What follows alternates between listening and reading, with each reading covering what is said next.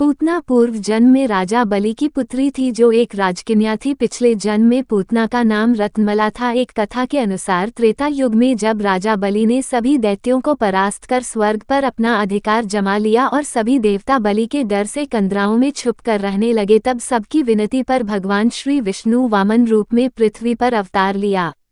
एक दिन वामन भगवान राजा बलि के यहाँ पधारे। भगवान वामन की सुंदर और मनमोहक छवि देखकर रत्नमला के मन में ममत्व जाग उठा।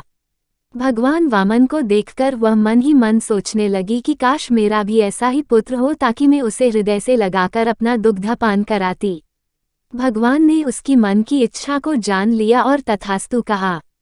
किंतु इसके बाद भगवान वामन ने राजा बलि का अहंकार दूर करने के लिए 3 पग में भूमि नाप दी। राजा समझ गए और अपनी गलती का उन्हें एहसास हो गया।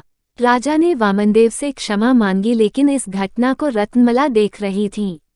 रत्नमला को प्रतीत हुआ कि उसके पिता के साथ छल हुआ है और उनका घोर अपमान हुआ है। इससे वो बुरी तरह से क्रोधित हो उठी। उसने मन ही मन भगवान को बुरा कहना आरंभ कर दिया। उसने कहा कि अगर ऐसा मेरा पुत्र होता तो मैं इसे विष दे देती। भगवान ने उसके इस भाव को भी जानकर तथास्तु कह दिया।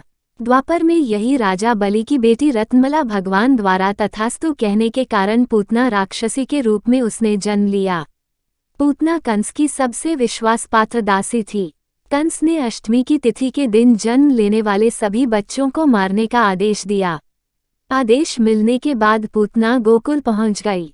पूतना भेष बदलने में माहिर थी। उसने सुंदर स्त्री का भेष धारण किया और अपने स्तनों पर विष का लेपन कर नंद भवन में प्रवेश कर गई और भगवान श्री कृष्ण को अपना दुग्धपान कराने लगी। भगवान ने पूतना को पहचान लिया और दुग्धपान करते करते उसके प्राणों को भी पीने लगे।